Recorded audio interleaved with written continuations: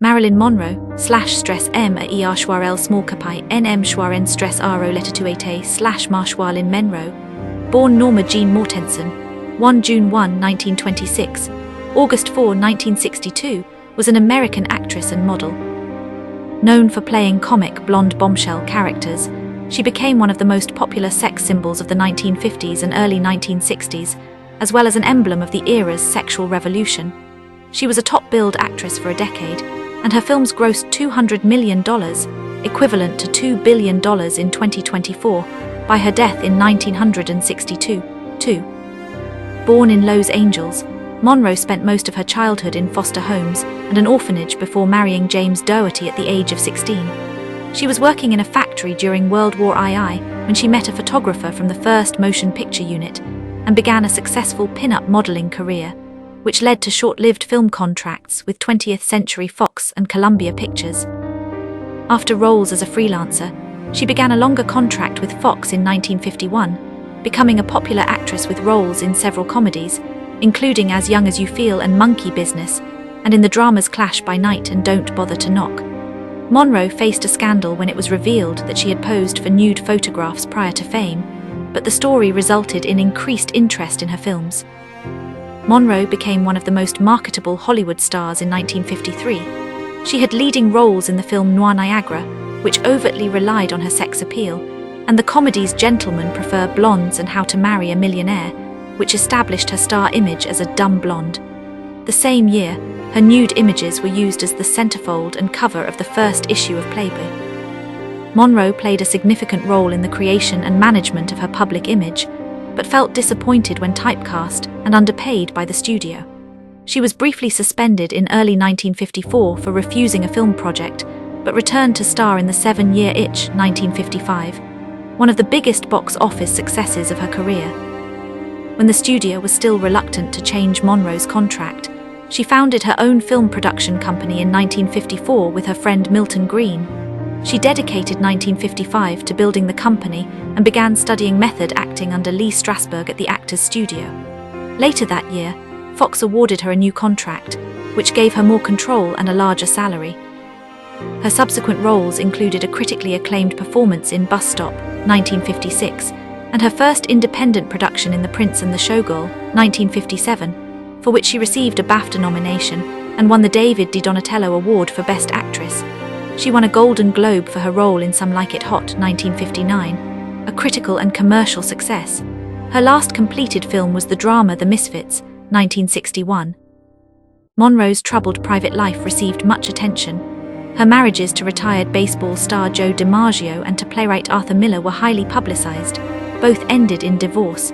On August 4, 1962, Monroe died at age 36 of an overdose of barbiturates at her Los Angeles home. Her death was ruled a probable suicide. Monroe remains a pop culture icon, 3, with the American Film Institute ranking her as the 6th greatest female screen legend from the golden age of Hollywood. 4. Life and career. 1926–1943, childhood and first marriage. Monroe was born Norma Jean Mortensen on June 1, 1926, at Los Angeles General Hospital in the neighborhood of Boyle Heights, Los Angeles, California, United States. 7. Her mother, Gladys Pearl Baker, née Monroe, was born in Piedras Negras, Coahuila, Mexico, into a poor Midwestern family who migrated to California at the turn of the century. 8. At the age of 14, Gladys had married John Newton Baker, an abusive man 9 years her senior. They had 2 children together, Robert 9 and Bernice. 10. Gladys successfully filed for divorce and sole custody of her 2 oldest in 1923, but Baker kidnapped the children soon after and moved with them to his native Kentucky. 11. Monroe first learned about her sister when she was 12 years old, and met her for the first time in her late teens. 12. Following the divorce, Gladys worked as a film negative cutter at Consolidated Film Industries. 13. In 1924, she married Martin Edward Mortensen, but the union lasted only a few months, although they did not legally divorce until 4 years later. 13. Gladys named Mortensen, misspelled Mortensen, as Monroe's father in the birth certificate. But most of Monroe's biographers agree that this was unlikely as their separation had taken place well before she became pregnant. 14. According to biographers Fred Giles and Lois Banner, Her father was likely Charles Stanley Gifford, Gladys's superior at RKO Studios, with whom she had an affair in 1925. 15. This was supported by a comparison conducted in 2022 between Monroe's DNA and that of one of Gifford's descendants. 16. Monroe as an infant, wearing a white dress and sitting on a sheepskin rug. Monroe as an infant, c. 1927. Although Gladys was mentally and financially unprepared for a child, Monroe's early childhood was stable and happy. 17. Gladys placed Monroe with evangelical Christian foster parents Albert and Ida Bolinder in the suburban town of Hawthorne. Gladys also lived there for 6 months until she was forced to move back to the city for employment. 18. She then began visiting Monroe on weekends. 17. In the summer of 1933, Gladys bought a small house in Hollywood with a loan from the Homeowners Loan Corporation and moved Monroe in with her. 19. They shared the house with lodgers, actors George and Maud Atkinson and their daughter Nellie. 20. In January 1934, Gladys had a mental breakdown and was diagnosed with paranoid schizophrenia. 21. After several months in a rest home, she was committed to the Metropolitan State Hospital. 22. She spent the rest of her life in and out of hospitals and was rarely in contact with Monroe. 23. Monroe became a ward of the state. Gladys's friend Grace Goddard took responsibility over the affairs of the former and Monroe. 24. For the next 16 months, Monroe continued living with the Atkinsons and may have been sexually abused during this time. 25b. Always a shy girl, she developed a stutter and became withdrawn. 31. In the summer of 1935, she briefly stayed with Grace and the latter's husband, Irwin Doc Goddard, and 2 other families. 32. In September 1935, Grace placed Monroe in the Los Angeles Orphans' Home. 33. The orphanage was a model institution and was described in positive terms by her peers, but Monroe felt abandoned. 34. Encouraged by the orphanage staff, who thought that Monroe would be happier living in a family, Grace became her legal guardian in 1936, but did not take her out of the orphanage until the summer of 1937. 35. Monroe's second stay with the Goddards lasted only a few months because Doc allegedly molested her. 36. She then lived for brief periods with her relatives and Grace's friends and relatives in Los Angeles and Compton. 37. Monroe with her first husband, James Doherty, c. 1943-44. They married when she was 16 and divorced in 1946 when she was 20. Monroe's childhood experiences first made her want to become an actress. I didn't like the world around me because it was kind of grim. When I heard that this was acting, I said that's what I want to be. Some of my foster families used to send me to the movies to get me out of the house, and there I'd sit all day and way into the night. Up in front, there with the screen so big, a little kid all alone, and I loved it. 38. Monroe found a more permanent home in September 1938, when she began living with Grace's Aunt Anna Lower in Sawtell. 39. Monroe was enrolled at Emerson Junior High School and went to weekly Christian Science services with Lower. 40. She excelled in writing and contributed to the school newspaper, but was otherwise a mediocre student. 41. Owing to the elderly Lower's health problems, Monroe returned to live with the Goddards in Van Nuys in about early 1941. 42. That same year, she began attending Van Nuys High School. 43. In 1942, the company that employed Doc relocated him to West Virginia. 44. California child protection laws prevented the Goddards from taking Monroe out of state, and she faced having to return to the orphanage. 45. To avoid this, it was decided that she leave high school and marry their neighbor, factory worker James Doherty, who was 5 years her senior. The marriage took place just after her 16th birthday on June 19, 1942. 46. Monroe found herself and Doherty mismatched, and later said she was dying of boredom during the marriage. 47. In 1943, Doherty enlisted in the Merchant Marine and was stationed on Santa Catalina Island, where Monroe moved with him. 48. 1944-1948, modeling, divorce and first film roles. Portrait of Monroe aged 20, taken at the Radioplane Munitions Factory. A photo of Monroe taken by David Canova in 1944 at the Radioplane Company. In April 1944, Doherty was shipped out to the Pacific, where he remained for most of the next 2 years. 48. After Doherty left, Monroe moved in with Doherty's parents and began a job at the Radio Plane Company, a munitions factory in Van Nuys, to help the war effort. 48. In late 1944, she met photographer David Canova, then working in the US Army Air Force's 1st Motion Picture Unit, who had been sent to the factory to shoot morale-boosting pictures of female workers. 49. Although none of her pictures were used, she quit working at the factory in January 1945 and began modeling for Canova and his friends. 50-51. Defying her deployed husband and his disapproving mother, she moved on her own and signed a contract with the Blue Book Model Agency in August 1945. 52. The agency deemed Monroe's figure more suitable for pin-up than high-fashion modeling, and she was featured mostly in advertisements and men's magazines. 53. She straightened her naturally curly brown hair and dyed it platinum blonde. 54. According to Emmeline Snively, the agency's owner, Monroe quickly became one of its most ambitious and hard-working models. By early 1946, she had appeared on 33 magazine covers for publications such as Pageant, US Camera, Laugh and Peak. 55. As a model, Monroe occasionally used the pseudonym Jean Norman. 54. Through Snively, Monroe signed a contract with an acting agency in June 1946. 56.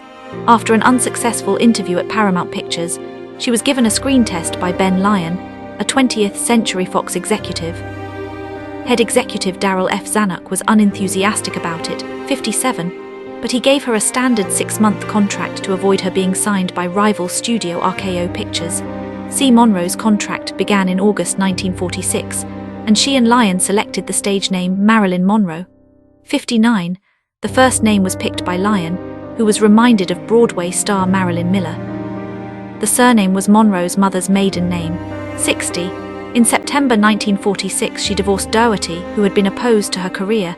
61. Monroe spent her first 6 months at Fox learning acting, singing and dancing, and observing the filmmaking process.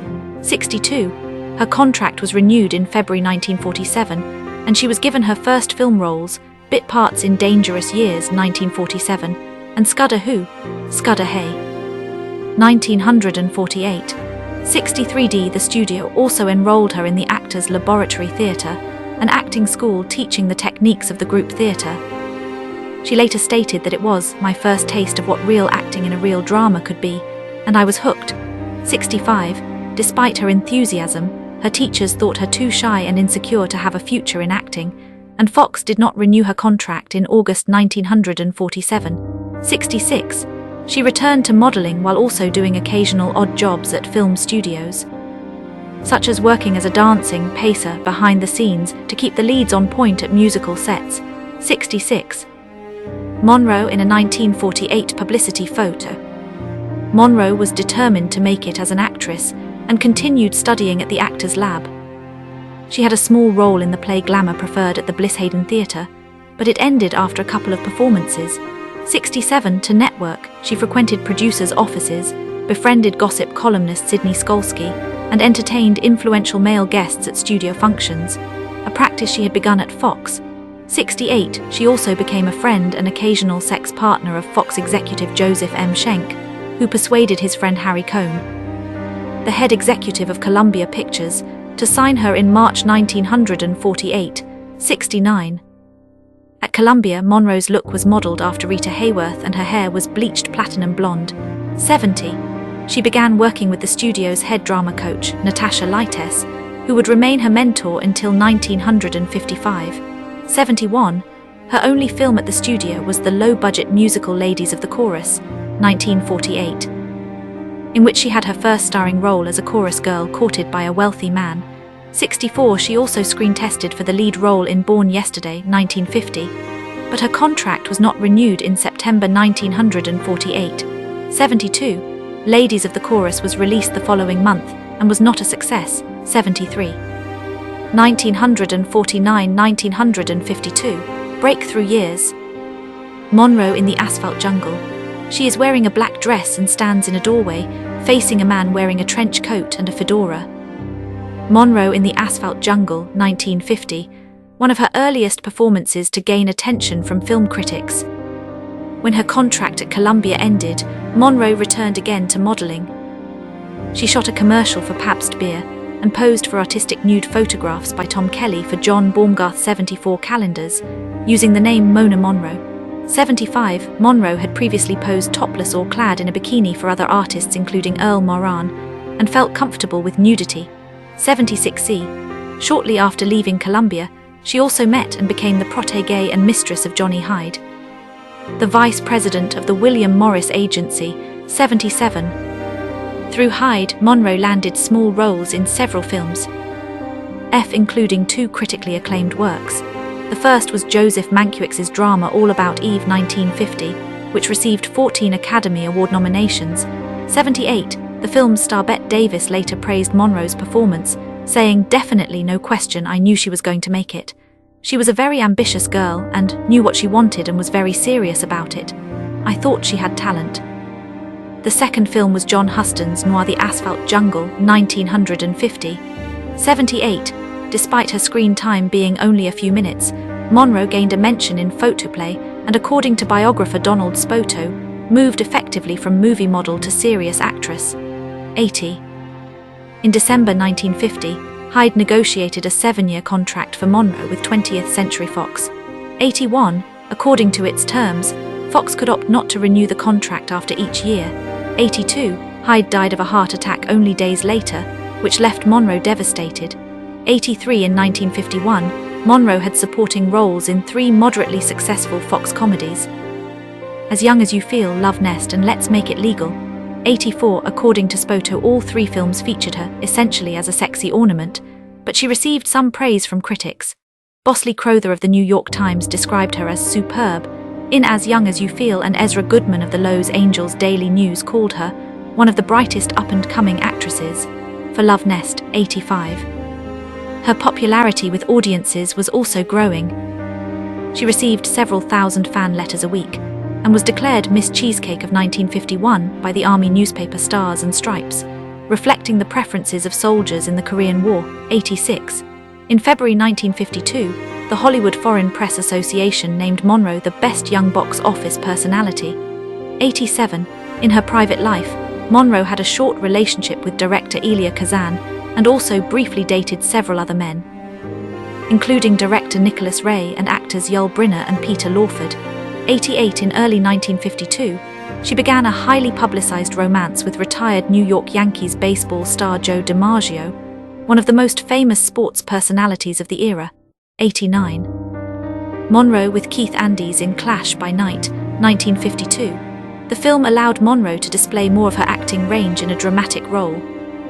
Monroe found herself at the center of a scandal in March 1952, when she revealed publicly that she had posed for a nude calendar in 1949. 90. The studio had learned about the photos, and that she was publicly rumored to be the model some weeks prior, and together with Monroe decided that to prevent damaging her career, it was best to admit to them while stressing that she had been broke at the time. 91.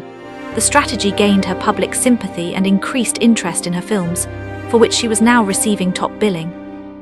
In the wake of the scandal, Monroe was featured on the cover of Life magazine as the talk of Hollywood, and gossip columnist Hedda Hopper declared her the Cheesecake Queen turned box office smash. 92. 3 of Monroe's films, Clash by Night, Don't Bother to Knock, and We're Not Married, were released soon after to capitalize on the public interest. 93. Despite her newfound popularity as a sex symbol, Monroe also wished to showcase more of her acting range. She had begun taking acting classes with Michael Chekhov and mime Lot Gosler soon after beginning the Fox contract. 94. And Clash by Night and Don't Bother to Knock showed her in different roles.